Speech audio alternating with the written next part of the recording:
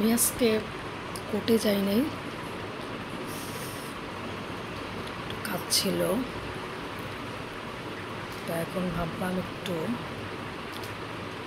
ঝাল নুডলস করি, ঝাল ঝাল নুডলস করি। নুডলসটা করলাম আর একটু শরবত বানালাম। এটা হচ্ছে কমলা শরবত, আর এগুলো হচ্ছে খই, মুরালি, তারপরে কম্বা।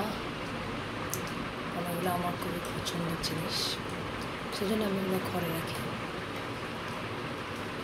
যখনই ইচ্ছে হয় তখন একটু একটু করে খাই। এখন আমি নুডলসটা খাবো, ঝাল ঝাল নুডলসটা।